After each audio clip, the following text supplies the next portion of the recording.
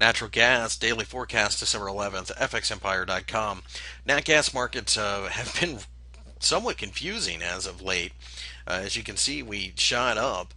This would have been predicated on a lot of things, but the number one thing you have to think about are temperatures in the northeastern part of the United States, by far the largest consumer of gas. Uh, and as a result, quite often, nat gas futures traders will have weather information, and you even see it on their platforms. Sometimes there'll be a little screen in the corner of it that shows like radars, temperature maps, that kind of thing. Well, the biggest problem we have right now is the Northeast is quite warm. In fact, New York's been hitting 60 degrees, and we're just a few short days before the holidays. So, with that being the case, the demand for nat gas is obviously down.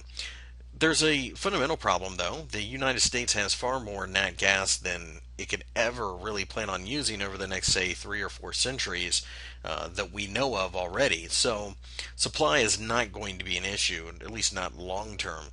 So, having said that, nat gas will be a soft market in general for probably years to come. There is demand in other parts of the world, obviously, but the United States is by far the largest consumer. So, having said all of this, we have seen some more softness creep into the market, but we have a very obvious area right here at 340, uh, which looks very supportive.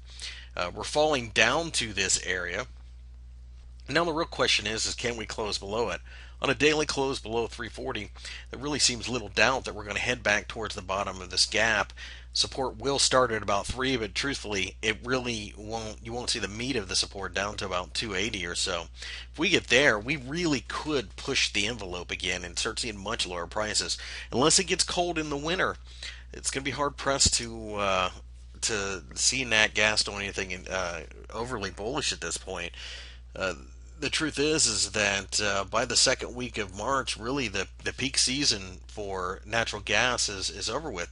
So, with all that being said, we're already about 6 weeks into the peak season, and it just hasn't been used. It hasn't been cold enough.